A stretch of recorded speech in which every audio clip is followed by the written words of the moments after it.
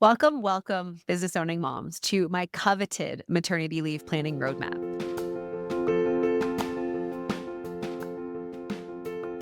The thing that I wanted when I was expecting with my first son is just a space where we can talk about some of the specific challenges, some of the specific transitions that we all go through when we welcome a new little one into our world.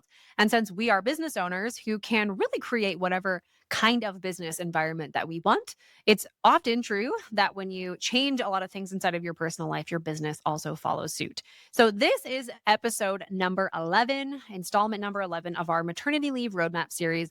It's intended to be bite sized, digestible for you to be able to implement things into your business and into your life to help ease the transition of maternity leave or welcoming a kiddo into the world. So, whether it's your first kiddo, second, seventh, whatever that looks like for you, my hope is to give as many resources as possible to moms who are going through this experience because I felt so alone. And my hope is that you don't. So, today we're going to talk about leading indicators. So, last episode, I talked quite a bit about data and what its importance is inside of the business.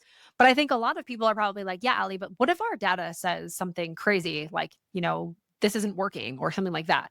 What I often do is I go upstream a little bit and I call these leading indicators. So, leading indicators are basically activities inside of the business that are statistically proven to increase the numbers that you want to see inside of the business. So let's just say, for example, you want to sign new high ticket clients. Doing sales calls is probably a leading indicator. But then what is the leading indicator of the sales call? It's probably making connections or it's probably running traffic or any of those different things. And so what we want to do is we always want to talk to ourselves about what is the leading indicator that directly impacts the thing we want to see. So if we want to see revenue, if we want to see profit, we really need to start to figure out, cool, can I create an infrastructure where people who don't know who I am now know who I am? I can position my offer in front of them. They say, heck yes, this is amazing. And then we can fulfill on it for less than we're charging. That's literally all a business is. And I think sometimes when we talk about operations, and I'll probably step up on this soapbox here for a second, when we talk about operations, oftentimes it comes from like that traditional Six Sigma, manufacturing background. And it's all cumbersome and it's all overwhelming. Even some of the entrepreneurial resources that we have, entrepreneurial operating systems, scaling up, clockwork, they're all big, heavy lifts. It's a big lift to be in a position to create an operating structure like that for your business. And you likely need somebody to manage it. And so the reason why I love operations is because I actually believe that at a fundamental level, it's really about doing the simplest thing to getting people in the door and getting results for those people. Let's go and just repeat it. So I think when we start to talk about leading indicators and you think, hey, Ali, this sounds really simple, it actually is. It's really, really simple. And I think a lot of folks want the easy route, but the simple, difficult route is actually probably the better of the two because you could be in a position where you have, a strategy or something that does really well. But is it systematized? And is there a habit in the business around that particular system? And will it deliver for you every single month, month over month for 10 years? The argument that I often make is that we don't want to flip from one strategy to the next or implement somebody's easy button and then implement another easy button. We want to do the really simple, the really unscalable thing basically into eternity until that thing becomes no longer viable. And then we put an automation or a system in place to continue that momentum. And so leading indicators to me are making sure that we really understand how to be inside of our business and what things are statistically proven to increase the numbers that we want to see inside of the business. This is true for how I spend my time. If I know that my number one key performance indicator is revenue in the business, I need to be doing revenue generating activities. I don't need to be on pick my brain calls. I don't need to be tweaking sales pages. I need to go and connect. I need to teach and I need to empower people on my team to do some of the logistical back end of the business. And so those are the things I think that are really true for a lot of owners is that they need to understand what their leading indicators are, those activities. Because oftentimes what will happen is we'll say, hey, I don't know why revenue isn't growing, but the reason why is because I haven't spent a ton of time generating new revenue, right? I've spent time on coffee chats or waiting for something to happen. And it's really a big, big shift when we start to think about, okay, how do I need to be spending my time?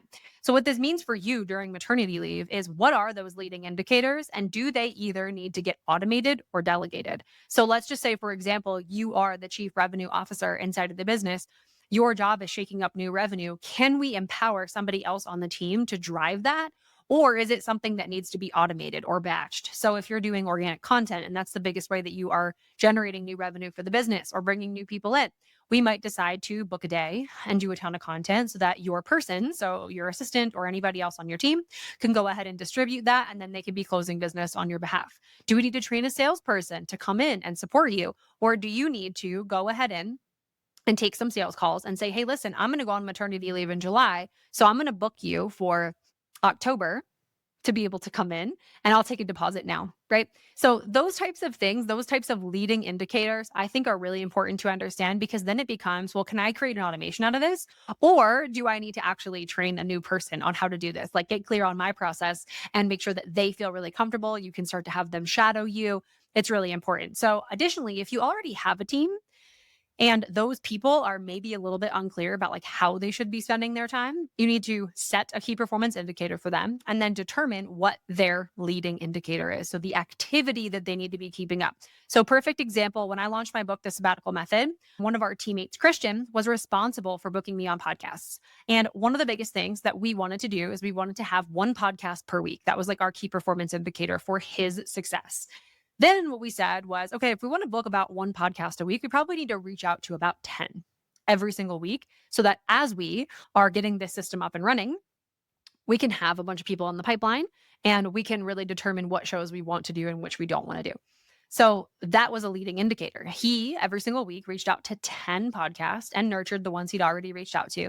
And it was a really important way for him to understand exactly how he could be spending his time, what the priority was inside of the business so that I didn't need to manage him. I didn't need to be in a position to be like, hey, Christian, did you do your 10 reach outs today? It's like, no, that's the expectation and what we decided your leading indicator was. And so anytime we would come up short on the key performance indicator, maybe we didn't book a podcast that week, he was like, hey, listen, I did reach out to my 10. However, we just didn't book one for this week. We're going to do 2 next week. And so the story there was already kind of being told. So leading indicators are very powerful. They can also be very confronting, right? If you're like, hey, I really want to grow revenue, but we look at the calendar and we're like, actually, you've done no revenue generating activities. Use that. Use that as fuel to shift the direction. Use that as permission to rewrite some of the ways that you spend your time, to tell your team, to tell your clients, hey, listen, my number one thing that I want to make sure I'm doing is creating the impact in the world that has helped you achieve the things that you want to achieve. And the reason that I'm going to be moving into more of a forward facing role and staffing somebody to support you with account management or whatever that looks like for them. That's why. That's just exactly why.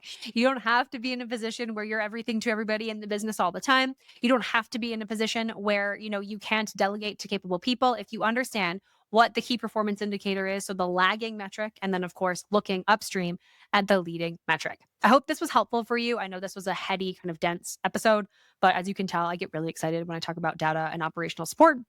So if you would like to get some support through your maternity leave, head over to mastermaternityleave.com/bond. That's all the things. We literally opened the doors to this program early in 2025, and it has just been amazing so far.